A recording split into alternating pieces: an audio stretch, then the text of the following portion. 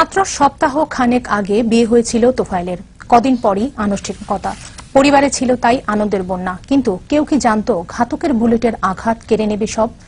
গত শুক্রবার কক্সবাজারে আল্লামা সাঈদী মুক্তি পরিষদের মিছিলে পুলিশের গুলি বৃষ্টিতে নিহত হন শহরের গোদারপাড়া এলাকার ছেলে তোফায়েল।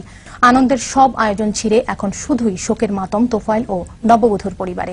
কক্সবাজার প্রতিনিধি গোলাম আজম খানের রিপোর্ট জানাচ্ছেন মামুন মাহফুজ। তোফায়েলের পরনে ছিল লুঙ্গি আর হলুদ টি শার্ট। জুমার নামাজ শেষে বাবাকে আনতে গিয়েছিলেন, কিন্তু বাবা ফিরে এলেও তার আর ফেরা হলো না। পুলিশের গুলির পর রক্তাক্ত শরীরে উপর্যুপরি আঘাত করে তোফায়েলকে হত্যা করা হয়েছে নির্মমভাবে। এমন অভিযোগ করে সংশ্লিষ্ট পুলিশ সদস্যের শাস্তি দাবি করেন নিহত তোফায়েলের স্বজনেরা। পুলিশকে নির্দিষ্ট করে পুলিশের বিচার করতে হবে। এটা কি অপরাধ ছিল? এটা তো লুঙ্গি পরে, একটা হলুদ গেঞ্জি পরে গেছে যে নামাজ পড়ে। এটার কোন অস্ত্র লাঠি সুটি ছিল না। তার পিতাকে সহ হাত ধরেছিল।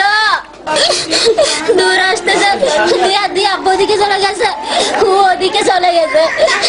আব্বু দেখতেছে ওদিকে চলে যাবার একটা হলুদ গেঞ্জি পুলিশ আসার সাথে সাথে পুলিশ যখন মেরে চলে গেছে রক্তাক্ত হয়ে গেছে।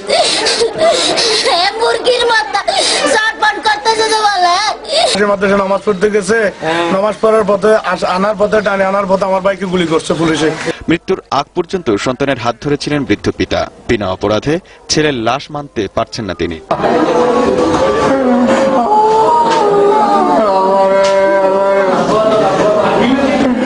শনিবার হাশিমা মাদ্রাসা মাঠে জানাজায় অংশ নেয় হাজার হাজার শোকার্ত মানুষ। নিরপরাধ ছেলেটাকে যারা খুন করেছে তাদের বিচারের দাবি জানিয়েছেন মুসল্লিরা।